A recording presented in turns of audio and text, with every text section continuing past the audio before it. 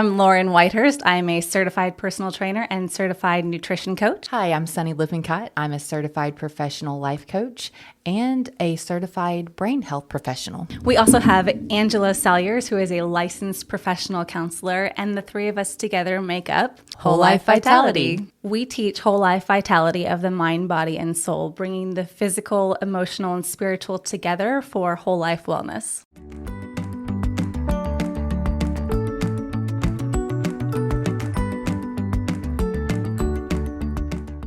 Welcome back. Hello. We are back again. Guess who's back? Guess who's back? Back again. Back again. Yeah. Whole life's back. Yeah. Tell a friend. Absolutely. We're so ridiculous. I'm like, our lane factor just went up so high with that statement, but that's okay. I'm totally here for it. Okay, friends. We were having a discussion over lunch. We had to break. We went to lunch. We came back. And what we were discussing was narcissism. Very, very serious topic, actually. Yes. It's one of those topics that when it comes up, I think that, I don't know if most people joke about it or I just joke about it because I have narcissistic trauma in my past. I don't know. But it comes up and immediately I turn into Chandler and I just start dropping really painful jokes. Yeah, that's trauma. that's trauma right there. But what we were saying, and this is very true, it's like anxiety, where it's just become a word that we throw out in everyday, language, just like, oh, I have so much anxiety. Oh, this gives me anxiety and da da da da. And which is, fine, but you need to understand that anxiety disorder is a very real and serious thing. It's a different thing than feeling anxious. Just like being a narcissist or being a friend of or family member of a narcissist is very different than knowing someone who gets angry sometimes. Yes. And we were saying, everybody at some point has displayed a narcissistic tendency. Yeah, or certain narcissistic behaviors. Absolutely. But to just call someone a narcissist, that's very serious. It's a very serious accusation, and if you know what that actually means, then it's extremely hurtful. It is very hurtful. I coach women, and I experience that a lot with my coaching, and it's painful, and it can cause so much strife within their life and lifelong healing because of being either raised by a narcissist, married to a narcissist, friends with a narcissist, things like that. It's difficult. As the daughter of two loving narcissists, I grew up with so much trauma that I didn't know was trauma until I started going through this healing process, right? And I didn't even fully understand what they were, how they were behaving, how it was different, why it was traumatic until I started studying narcissism. And as I studied, I realized it's not a disease. It's not a mental illness. It's a choice. It's a choice. And that kind of blew me away because I just kept thinking, how can they be this way? It doesn't even make sense. Logically, it doesn't make sense. And when you try to rationalize that narcissistic behavior, you can't. Right. And I kept trying to wrap my head around this behavior. And finally, I was like, well, maybe it's just not even their choice. Yeah. Maybe it's just how they were born. Maybe I have ADD and maybe they have narcissism. Yeah. And when I realized it's a choice, it was both, helpful and also so hurtful because I was like, oh man, you're choosing to be this way. Yep. But then at the same time, I was like, oh, you're choosing to be this way, which means that I know exactly how I need to respond to you. And that is by setting healthy boundaries. And there's also, I do get this a lot where, because, ADD, that is hereditary. Yep. So there's a lot of fear around the fact that if you are raised with narcissism, that you yourself will be a narcissist. I did have that concern at one point. So the reframing of that is it's painful to understand that that's a choice if you've been married to a narcissist, raised by a narcissist, or friends with a narcissist. But the blessing in that is to understand that that doesn't have to be your story, which is God's gift. Right. So I think that word, like you said, gets thrown around, and we want to dive into a little bit more of what that actually means. Yes. Maybe some characteristics of a narcissist, certain behaviors that you might experience if you are either, exhibiting narcissistic behavior, or maybe in a relationship, whether friendship or, romantic relationship with someone, or a parent-child relationship. So excessive self-importance. They have an inflated sense of self-worth and believe that they are superior to others. Yeah. And I mean, there's a really big difference between ego. Yes. The self-importance, ego, being puffed up with pride, and having self-esteem. Yes. Huge Big difference there. Yes. And I think that being raised by narcissists, then I was always really afraid to like myself. Mm-hmm. So afraid, because I thought anything that I liked about myself was prideful. Right. It would attribute to an ego. And if I thought I was better than other people because I liked myself, then I was going to be this horrible person. Mm-hmm. And the balance there, I think it's tricky until you figure it out. Yes. Because once you realize that you were designed to be exactly how you are. And if you think about if you have children or you have someone else that you love them exactly how they are. Yeah. Not because they can do anything, not because they are a certain way, but because of who they are. And that's how you are designed to be, and that's how you deserve to be loved. Yes. And that is self-esteem. Absolutely. And then that Norman Vincent Peale said that the definition of humility is not thinking less of yourself, but just thinking of yourself less. Right. So it's not saying God made me garbage. Right. But it's understanding that God made you incredibly special, so that you can use those gifts, talents, and strengths to serve other people. Well, and you can say, wow, I am such a cool person, without saying I'm better than you. Yes. I am a cool person, and that means you are less of a person. Absolutely. Versus I'm a cool person and you're a cool person. Wow, we're really cool. Yes. You should love yourself because you're God's creation. You never love yourself based on comparison to someone else. Yep. Lack of empathy. Narcissists struggle to understand or relate to the feelings of others. That's a hard one. That's a hard one. And that was one of the ones that I think I struggled with understanding the most, because I would go to my parents and I would say, this is where I am, or this is what I need, or why are you treating people like this? And feel like I had this heartfelt, logical conversation just to, again, have the same type of response over and over and over again from them. And that's where I was like, what's the disconnect? Yeah. What's happening here? How do you not understand? Well, of course they understand. They just don't care. Right. Like there's no empathy there. In using that example of, we've all had, that point where, if you are a parent, where your child has, been somewhere, maybe thrown a fit. Mm-hmm. And that, when you're talking about the lack of empathy, it's stop doing that. You're embarrassing me. Yes. As opposed to looking them in the face and saying, what's wrong? Mm-hmm. What's happening? What's going on? Why are you feeling this way? Yeah. Sharing with me. That's the difference. Like, it always comes back to them. Mm-hmm. Like, whatever you're feeling, like, it's a reflection.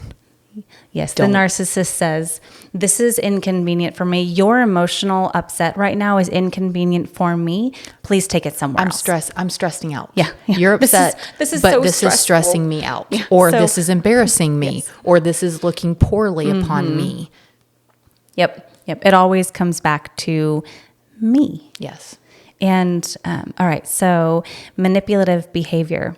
They use manipulation to achieve their goals and control others. And I think so much of it is about control. Yes. And that control and manipulation often comes from their own trauma. So I recognize for myself in my particular situation, my parents both have their own trauma.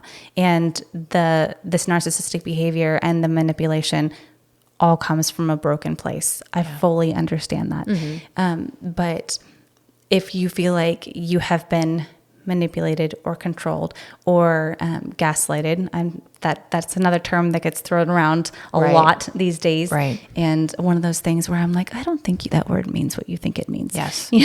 Well, and that's, we kind of touched on this, but the love bombing that you get whenever you like come to them and you've explained something and then all of a sudden they're like, oh. Yes. If you say anything remotely like, well, I'm upset because, or you did this, if they find themselves potentially even remotely close to in the wrong, then it's oh, you're so right. Wow. That's just, thank you so much. That's really something I need to work on. You're amazing. Wow. You're just so great. You really understand people. You're just really good. I wish I could just be more like you. You're just so fantastic. Yeah. And it's this love bombing that when you know what's happening just feels really icky. Yeah. But the manipulation happens because a lot of times it leaves you feeling really good. And you walk away from the situation thinking, oh, okay, wow, they really understand. And then you're like, wait a second. And maybe they're not what I thought. Yes. Yeah. And then like, wait, but did they apologize? Yes. Did they recognize what happened? Did they try to make it right? Nope.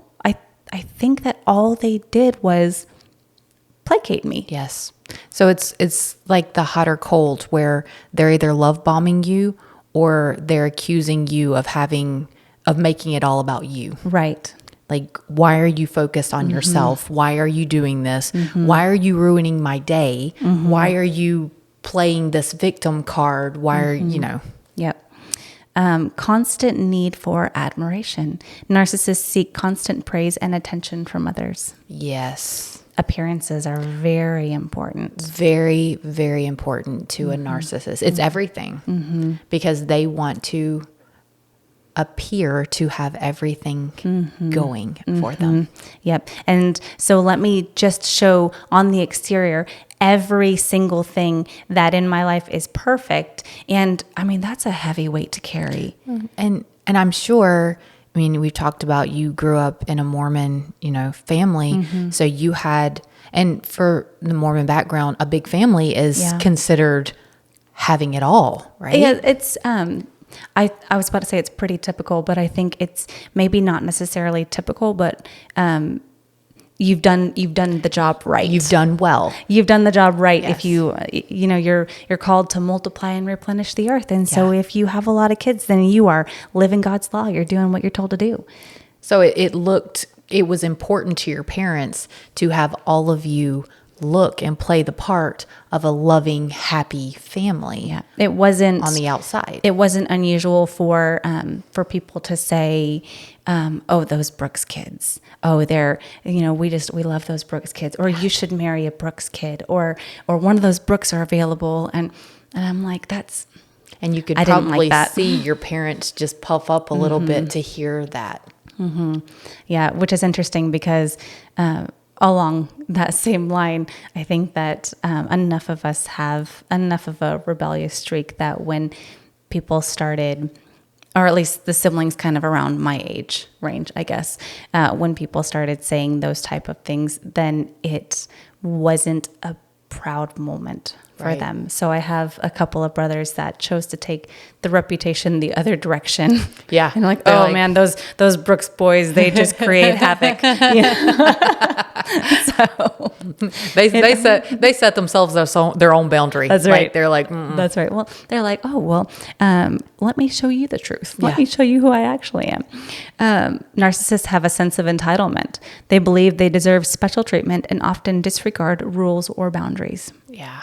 Now, it's not my parents, but other narcissists that I have known that just expected that every time they had an idea, then people would just supply funding for that and would fund whatever idea it was. And they would say whatever they needed to say to get said funding and then never follow through and never pay back. And the amount of entitlement that screams to me just blows my mind. Yeah, it's a lot with narcissists. It's whatever's up here. Yeah. Just comes out Yeah. because to them it sounds great. So outside of their heads, they'll leave us kind of scratching ours, thinking, what did they just, what? Yeah. That doesn't even make sense. But because they're master manipulators, then they can get enough people on their side that you feel like you're the crazy one. Yes. Because you're like, that doesn't make any sense, but maybe I'm wrong. Yeah. Maybe I'm the one that doesn't understand. Yes. It's such a strange place to be in. And the big thing is they don't ask, they tell. Yes. So they never ask for like a permission or they ask for help. They just tell you to do it or that you're going to do it or that they're going to do it. We used to call it being voluntold. Yes. Yes. We were voluntold a lot. So. Narcissists often have a fragile self-esteem. Paradoxically, underneath their grandiose exterior, narcissists often have fragile self-esteem because, and we talked about, self-esteem comes from within. And I am great because that's how I was made. Because and not because I did anything. I am wonderful because of my good things and my flaws and everything in between. You know, I was created this way, and that is self-esteem, just knowing who you are and who you belong to. And when you don't have that to back you up and all you think is, I am wonderful because I did this or because I said that or because people see me a certain way, that is so fragile. Yeah, you have to, just from my experience with, with it in my life, they want to piggyback either on their success or someone close to them, their success. And so they're always trying to reach this level, either monetarily or successfully, or associations or name dropping are very important. Maybe, with their children, when their children reach things and they're, showing off their kids or showing off their grandkids or maybe showing off their wife or showing off themselves. But they're always trying to reach this level of importance because titles mean a lot to them. I really struggled with my own personal successes because I just kept thinking, if I get really successful, if I do well, if I change a lot of lives, if I provide well for my family, if I take good care of myself, if I look like I'm doing well in life, then they'll take credit. And I always thought, I'm like, oh, that's just, it feels yucky. I know I keep using that word, but it does, like icky. Is that what I'm going to let hold me back? Yeah. I'm going to be like, okay, so because someone else might say, look what I did, I made that, then I'm going to let that ruin me? Right. No, so I chose not to. And I chose to continue to take care of myself and continue to better myself and others, even though that's there. But if you're feeling that way, if you have narcissists in your life and you're feeling that way, know that the only one responsible for your actions is you. The only one responsible for your successes or failures is you, because you get to choose what you do every day when you wake up in the morning. So that's been very helpful for me. Absolutely. And as coaches, it's very important to us, and we were talking about this when talking about narcissism, that we don't take responsibility for our clients' wins. Because listen, they're doing the work. We are just tools that are there for them to encourage them, to talk with them, to challenge them, things like that. But they're the ones that are sitting there and making the decisions and showing up and doing the work. And so, when I have clients reach out and say, thank you, I couldn't have done it without you. I'm like, listen, just the messenger. You did it. Yep. Like you did it. I'm happy to play any part. Oh my goodness. And that's what I'll tell them. Thank you. And I'm so, it thrills me to hear that and to share that, like so much they don't even realize, but I'm just happy to play any part. Truly an honor to join someone on that journey. Like it is such an honor. I cannot explain to you that feeling, but we do not take responsibility for anyone's accomplishments. Yep. And that's the true, face of narcissism, is that it always goes back to them. Like, look what I did. Yep. This is because of me. It's that inflated ego. Yep. The last one on our list is difficulty in maintaining relationships. Their self-centered nature can strain relationships with family, friends, and colleagues. I cannot even tell you how many times I heard my mother say to me, I just have a hard time with friends. And again, it wasn't until well into adulthood that I realized, I get it. You're not a very good friend. No wonder you have such a hard time with friendships, because you're not a very good friend. And I was like, it makes so much sense now. Yeah. But that's not how they see it. Well, it's not them. Well, no. But we've done a couple podcasts now on friendships and what it means to have healthy friendships and set healthy boundaries. And so I highly recommend going back and listening to those podcasts. But if you find yourself struggling in any of these areas, does it mean you're a narcissist? Maybe not. I mean, it might. Maybe that's something you can talk to somebody about. But maybe it just means that you have this. For me, I always thought, if I have the self-awareness to know that I'm struggling with these things, then I'm probably not a narcissist. Right. Because a narcissist would see those as positive qualities. And honestly, if you heard this list and you are struggling with relationships or friendships, and you did resonate with some of these things, good news is it's not just the way you are. Yeah, it's a choice. It's a choice, and you can change. And it's so important. Reach out and ask for help. Yep. Narcissists can get help. Oh, for sure. They can. You can find an excellent counselor who can walk you through the things that you can do and ways that you can learn to show empathy and learn to change your focus and mend those relationships. It does take work, but it is 100% possible. It's not a life sentence for you to be miserable and alone for the rest of your life. Yeah. I always tell people, at this point, I have 40 years of experience perfecting exactly where I am right now. I mean, I worked really hard to get where I am right here, right now. And if I don't like who that is, if I've perfected this version of me and I think, wow, I don't like this, I want to change, then I start with step one. Yeah. And it takes work, it takes practice, but I've very practiced in being here. So now I have to practice often being a different way, and slowly that will shift me into being this other person. But whatever you practice, you will perfect. And you will preach. Yeah. Right. As someone who has quite a lot of personal experience with narcissists, then I'm happy to chat if that's something you'd like to talk about. Someone who I highly recommend is Dr. Ramani. I will link her videos here. She's on YouTube, and she is phenomenal. I learned so much from her as I was healing on this journey. And but we're here. If you want to talk, Sunny is wonderful to talk to and so understanding. And we would love to hear your questions or your comments. Absolutely. But we're here for you. So we'll see you next time. Thanks, guys. Bye, friends.